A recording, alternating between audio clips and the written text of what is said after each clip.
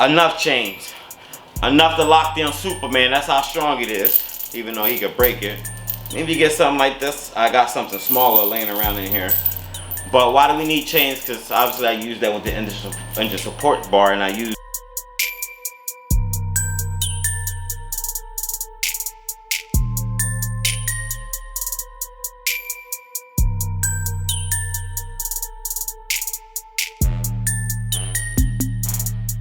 So today I'm working on a 2007 Hyundai Santa Fe. This is the 3.3 all-wheel drive. We working our way of getting the transmission in. So I didn't show a how-to video. Why? Because I didn't feel like it. Why I didn't feel like it?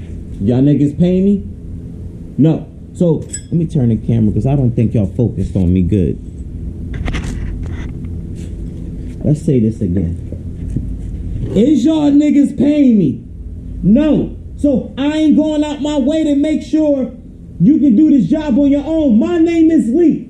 I already told y'all what I'm working on. So I'm working my way of getting the transmission, made it to the bell housing. So I'm just trying to make sure everything look Gucci, everything look good, nothing in my way and all of that good stuff.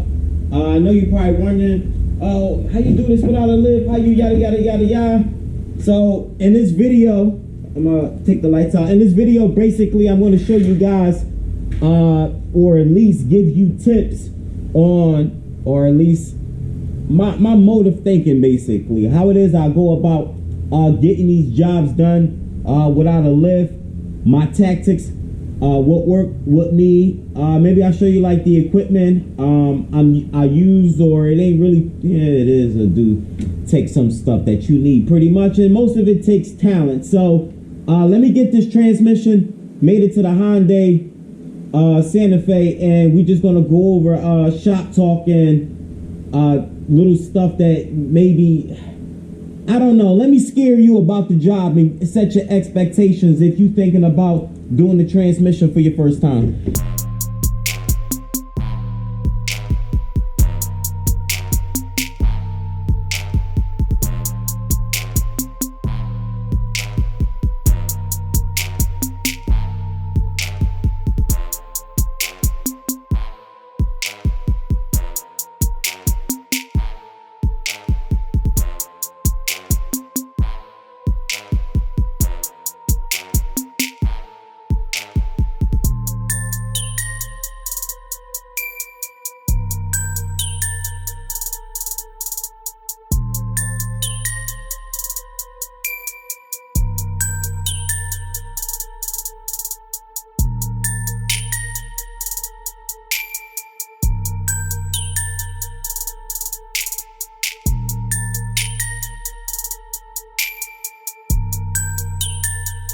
Couple tips I wanted to give you guys on like transmission, or how can you go about doing the transmission, steps to take, how to get better, how to get faster, when you're getting stuck through things, whatever it is, you your first time doing it, you want to refresh, I don't know, I can help you out. A little junky in here, I'm trying to quickly take out an alternator.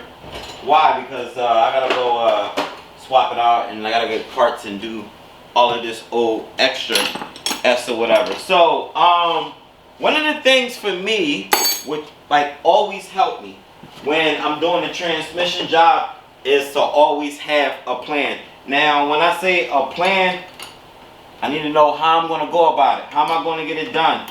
If I'm going to dig this hole, how am I going to fill it? If I'm going to walk this tunnel, I'm going to go into this cave, how am I going to get out of it properly or whatever? Will this job go successful or whatever?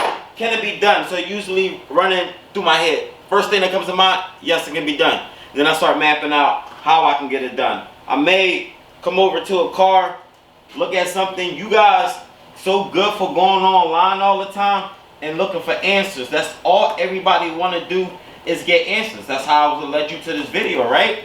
Cool. So whenever you decide to see it a year from now, a couple years, whatever, stuff you can't find online or you looking for it ain't always going to be online. So you got to learn to make observation and then learn how to do your own DD. Study, learn. I mean, being a mechanic for everybody, I I don't know. I was looking for this light a long time ago. What I'm trying to say is, I like to come and look at the car myself or whatever, right? Some people like online, they're like, oh, you gotta take the engine out, oh, you gotta do this. For example, on this, I'm looking at it, and I don't need to take it out from the bottom if I can just remove this, yada, yada, yada. I did the same exact thing with the transmission job I just did. I odded it out, I looked at it, I know it gotta come out from the bottom, but how am I gonna get out? So I just start making my goddamn plan. So we know truck stand, jack stands, for infamous, because I can get height off this. Imagine you got a car that can get this high. We know underneath we got a lot of room or whatever. Man, just imagine if you shim it up with a block of wood, right? Get even more height. So what I'm saying is ways to go around on how to do it. Long as you can get good height, you got plenty of space to work, the job go a lot easy, and that's just what I believe. And I'm trying to walk and talk at the same time, and I'm like messing myself up mostly, but I think I got it if I can keep moving. And where's my electric ratchet?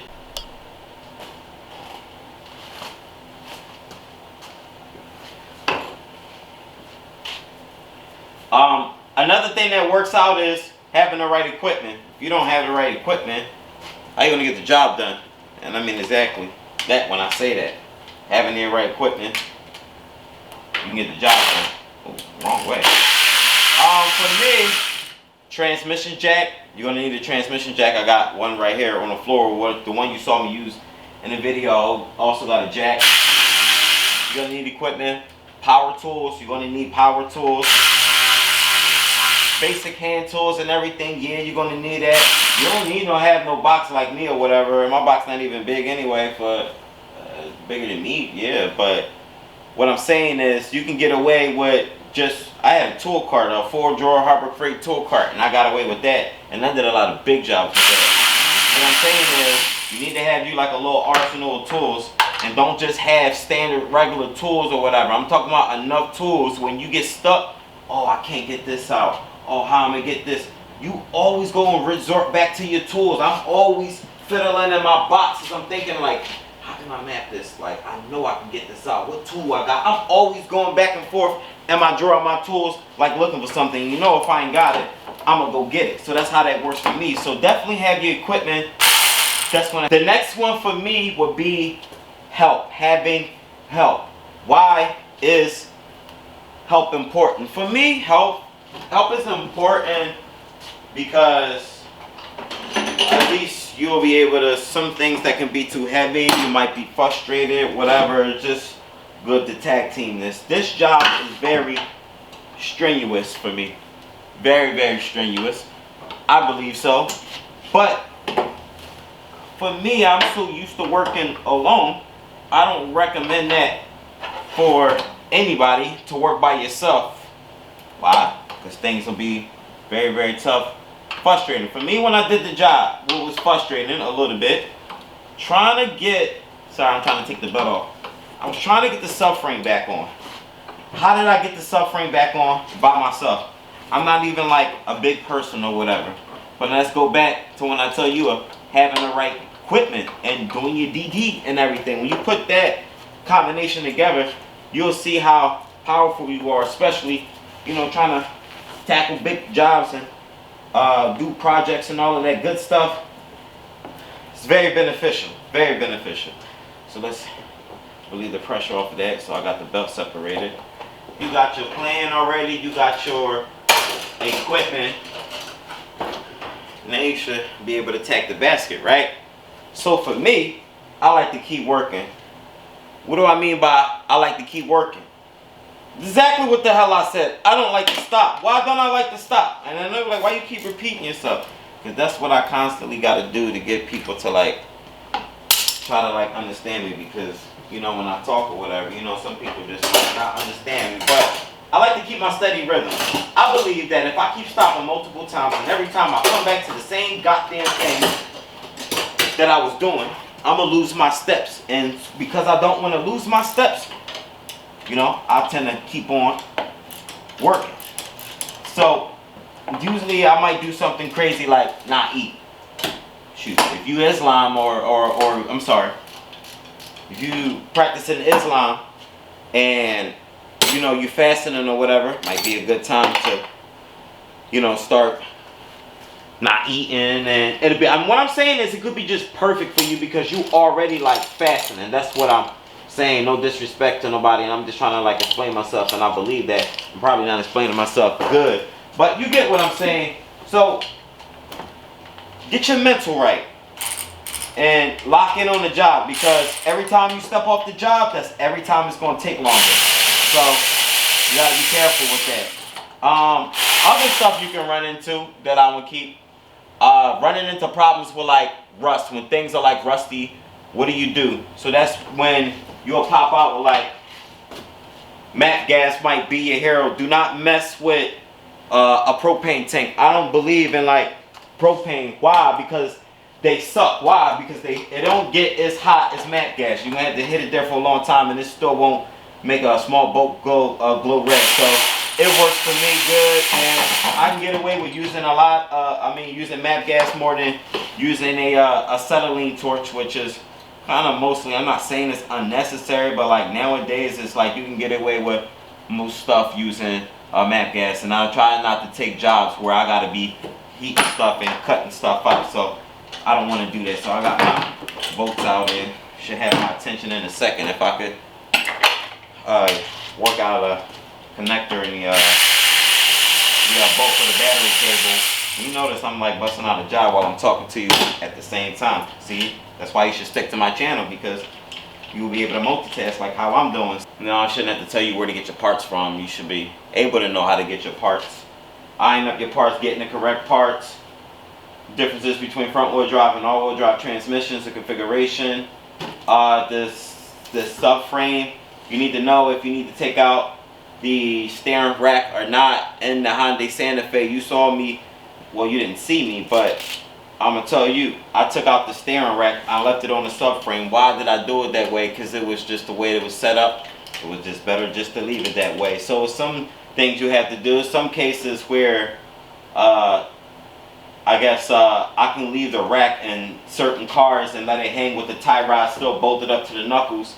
In this case, I had to take the car out with the knuckles still attached to the lower ball joint, because the ball joints, at least when I'm trying to separate or at least get the bolt out, that was rusty in it. So when something's so rusty, you might got to leave it in there, because if you try to get it out, it could be like a catastrophe. I can't even say the word, but you get what I'm trying to say. A catastrophe. Hablo mucho español. That's a lot of razón. I'm serious. I be forgetting my own first language or whatever, speaking another language. So I don't know why you take forever to come out. And this is a core, and this alternator is noisy. So I'm gonna get that replaced. But what other tips I could give you? Really, I mean, the more research that you do, the more successful the job will become. The job will come out successful for you or whatever. So I would definitely do my research, make sure I got the right equipment. If you need help, get help. I'm me. Sometimes I don't be needing help. If I do whatever, after a while, especially cleaning up yesterday, when I was trying to get the job done, it was more so under pressure and time. So I felt like I wanted to do the job alone. I didn't want nobody to help me, even though I had help. But it worked out in my favor. I got the job done, and it was successful. But these jobs for me is repetitive, and I never had to do a transmission on an 07 Hyundai Santa Fe before. Why? Just how often do I know them needing transmissions? I don't really know them needing transmissions like that. For that, I don't get. I get other cars and stuff. I'm a transmission specialist, so it's nothing like really to like think about it. So I went in. Did the transmission, everything said and done. So now I got my alternator out. I'm finna run into AutoZone to go get the parts. So stick around. We just shooting the shit, talking shop talk. You guys questions, concerns. You want to better yourself. You want to do what I do. You want to, I don't know. This is be good content for you. Use this as a starting point. If you're new to me, you follow me. You can follow me after this. Whatever questions, make sure y'all get at me. Y'all know y'all been following me. I'm always on Instagram, being loud, being a little reckless or whatever. But I'm there. You can get in contact with me, Leekautorepair. Business, mostly I want you to contact me, business, leekautorepair@gmail.com. If you got questions or whatever, you can leave that in the comment section. So if you got questions about your car or whatever, and it's not business, but you need like help with your car, and you don't like, you just want me to help you, but help you save money, but you know you ain't tipping me, nothing like that, hell no, don't message me. Leave that shit in the comment section. Always message me when it's business. Business is business, and we don't let nobody do nothing for free. That's just how life works. Everybody learn how to compensate. Before cash existed, everyone knew how to trade without money. So I don't trade free information for nothing. So don't even try to hit me up. Always hit me up about business, or don't hit me up at all. Leekautorepair. Another tip I could give you, because I'm all over the place, is having the right proper stuff, like engine support bar. You don't know what an engine support bar? I'll show you right now. And you can makeshift one if you want. You can do whatever the hell you want. Shit, the hell I care. Honestly, I don't care at all. I just get the hell off so I can display this stuff. You can get this from Harbor Freight. Obviously, I paid like 80 bucks like a long time ago. I imagine the price. Now, I had this for a long time. It's probably just as old as Malik, probably, or a little bit older. Whatever. Still in good condition. So, engine support bar, you'll need that to hold the engine. If you want to support the engine in that fashion, you could get away with your regular floor jack, and make sure you shim it up with like a block of wood or whatever, so you don't damage anything from the compressing force. Straps, you're gonna need an engine strap, or at least I use ratchet straps. And when I say ratchet straps, the ones you use for like the cargo stuff on your car, whatever it is. I can't even find it, but I apologize, guys. 1 second. When I say ratchet straps, like that type of ratchet straps. Why? Because you need to lock the transmission down when you're trying to stall it, so that way it don't fall off of the plate of your transmission jack, which I assume you should already saw the transmission jack that I'm not even going to carry, the one I use in the video. Actually, it'd be a good thumbnail if I just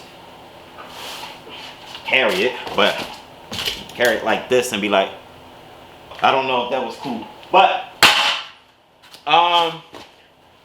another thing we're gonna change. Now, I don't know what type of chains you're gonna need. Whatever you want, I got enough chains. Enough to lock down Superman. That's how strong it is. Even though he could break it. If you get something like this, I got something smaller laying around in here. But why do we need chains? Because obviously I use that with the engine support bar, and I use a bolt. That engine was designed with like a hook, a lifting hook on it. So that way you could hook something to support a fixture on it. So that was cool. It was a bracket on the engine already. And it supported the engine. And it serves as a side mount for me, because you would take off the side mount. What other advice? Lighting. Lighting is important. You see me working with these headlights, these focals. They got all type in. I can't even tell. I don't even know why I did that with the Spanish and it messed up my English. They got all types of different like lighting you could, whatever. I usually get like a Harbor Freight little work light that I strap here, 5,000 lumens, that illuminates everything. I don't know where I put it. Oh, here we go. Everything just falling. It is what it is. This guy is pretty old. Probably I should update this and get this another one, but I always zip tie to up here, so that way my work area is like super bright. I wish I had plugged it up and show you guys how bright it is, but I don't think I really need to get in and all of that, especially on a video like this. I imagine they got a bunch of people online with that could just show you. What else? Eye protection. Make sure you get safety glasses if you're dealing with a lot of rust. Realistically, please get some safety goggles. You know, I had like an eye incident where I had to get 3 pieces of metal picked out of one eye and the one picked out the other one, and that was painful. I was like blind for like 2 days basically. I could not see. Not like I couldn't see. It was just my vision was screwed, and it was just annoying. Eye protection is definitely key. You're going to be dealing with. It's going to be impossible to not deal with rust unless you live somewhere where you ain't by no river, lake, or you ain't by no beach by like 100 and 200 miles or whatever. What I'm saying is, PB Blaster, get PB Blaster. You're going to need WD-40. Well, just get PB Blaster. It seems like those ones in the can that come with the straw be a pain in the ass. So just make sure you get at least 2. What else? Electric tools I use. I didn't really use air tools except for when I was taking off of the like the bolts for the knuckles that separate the strut, like the 2 bolts basically. That was my gun for some reason didn't. I don't know. I could have hand cranked it, but I didn't feel like it, so I cranked my compressor. And also used the compressor with my 3/8. I got a 3/8 size air gun where I use to take off the flex plate bolts. Taking off the flex plate bolts is just, when you're doing this, it's better to use power tools rather than use hand. And make sure you get it on there sturdy, because if you get it on there crooked and you slip and you strip those bolts, hey, good luck. Right, you still can get the transmission on, but what if you want to use the torque converter over again, and then you just being there scratching up or bending up the flex plate, and it's going to turn into a catastrophe. So just realistically, just if you can get it out perfectly without stripping the flex plate bolts, then you Gucci. So definitely, I had some cases where I had to heat up the bolts, because nuts or bolts, they use whatever combo. In this case, I had bolts I was using. I didn't have to heat them up. I used air gun, but you got in a situation where it's not coming free, it's old as hell, whatever. Some of them look brand new, and they be on there so tight they don't come off. Like some of the Nissan Altimas, they be so shallow, or like half the size of shallow. Like it's easy for the socket to slip off of it, and then you strip it. So that just causes another damn problem. So it's just best in this case that, I mean, if you can heat it up, or if you can get it on there sturdy, and take your time, you'll get it off. Having leverage, make sure you get something that you saw me use, like a 3/8 ratchet I was using. I got a 3/8 ratchet that's just as long as this one. This is a 1/2 inch. I used that to crank the flywheel. I mean the crankshaft when I was doing the flywheel stuff. I don't know where the other tool that I used. It must have fell or did something. But what I'm saying is, get you something that got leverage, because you always gonna come into a moment where your hand tools or your electric ratchet is just not cranking, or even your air tools. But my redundancy is my air tools. I mostly use electric in here, and I don't really like. I don't even like hearing the compressor mostly. But that's just like how I move. That's it. My tips, recommendations. So if you want to step your game up, you want to be like Mike. You want to be like Lee. That was a joke. You didn't get that. Come holla at me. So, Leekautorepair, any questions, all that. Y'all know what to do. Y'all know where to leave it. Leekautorepair@gmail.com. Business inquiries only. Please do not ask me no car stuff in my Gmail. You can ask me car stuff in the comment section. I'll try to reply back. What else? I think that should just conclude the video, right? Y'all see me in the next one.